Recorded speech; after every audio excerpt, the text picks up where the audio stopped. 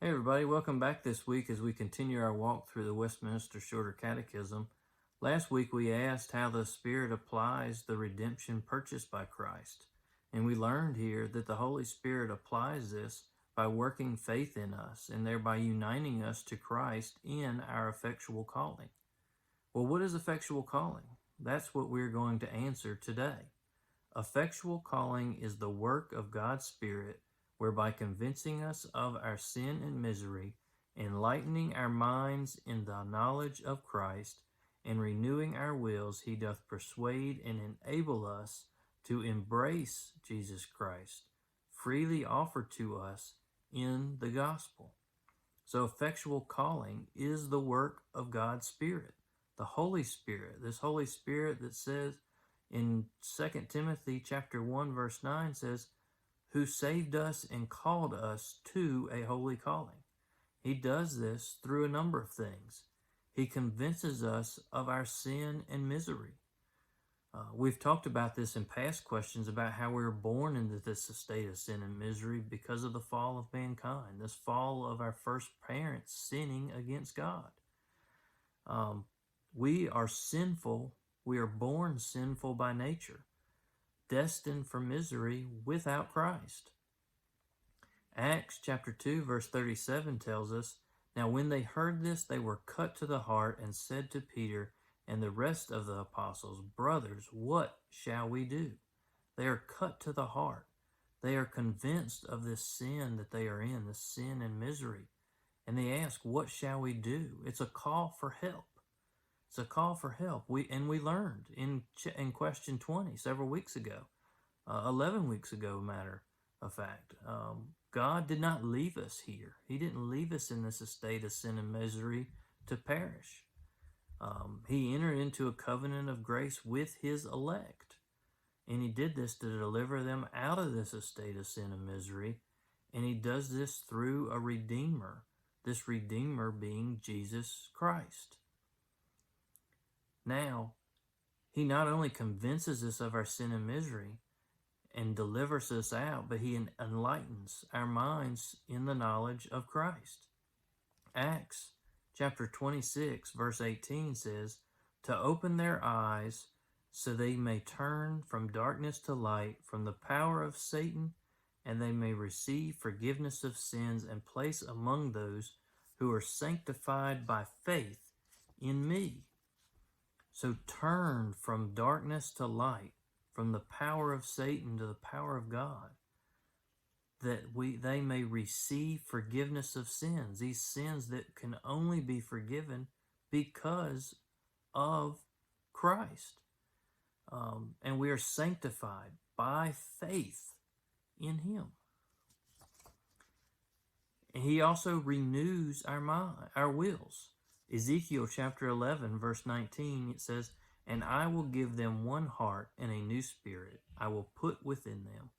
I will remove the heart of stone from their flesh and give them a heart of flesh. So it's renewing our wills, a new spirit, removing the heart of stone and giving a heart of flesh. So it's rebirth, renewing our wills, changing our previous sinful will to rebel God, to turn against God.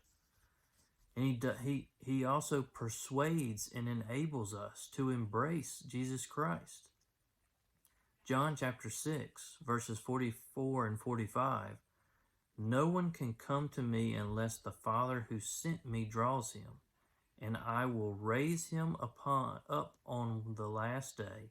It is written in the prophets, and they will all be taught by God. Everyone who has heard and learned from the Father comes to me.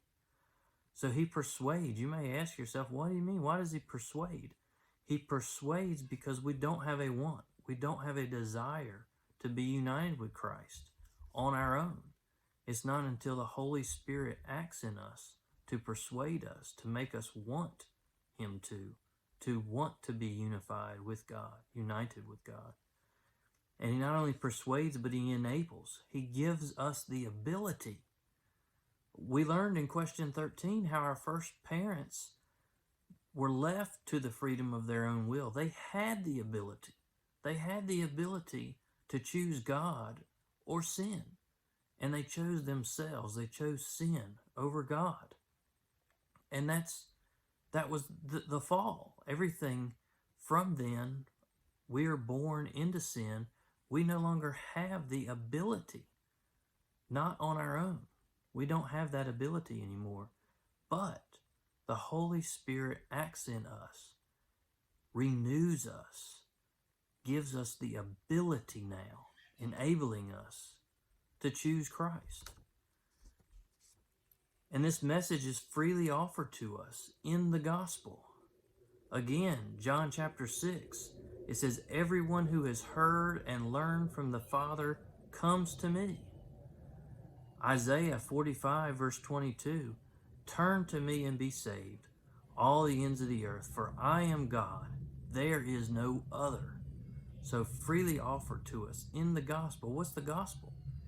It's the joyful message from God that leads to salvation, the good news. This is freely offered to everyone who hears. Everyone. But it's not just by hearing, but by the Holy Spirit acting in us to truly hear what Christ is telling us. And he does this. The Holy Spirit acts in us, in his elect.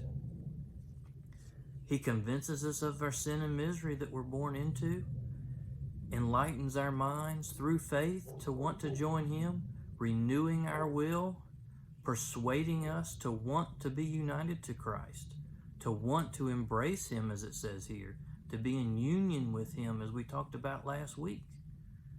And he enables us. He gives us the ability to choose Christ through the work of the Holy Spirit acting in us. That is effectual calling. So what is effectual calling? It asks in question 31. The answer is, effectual calling is the work of God's Spirit, whereby convincing us of our sin and misery, enlightening our minds in the knowledge of Christ, and renewing our wills, he doth persuade and enable us to embrace Jesus Christ freely offered to us in the gospel.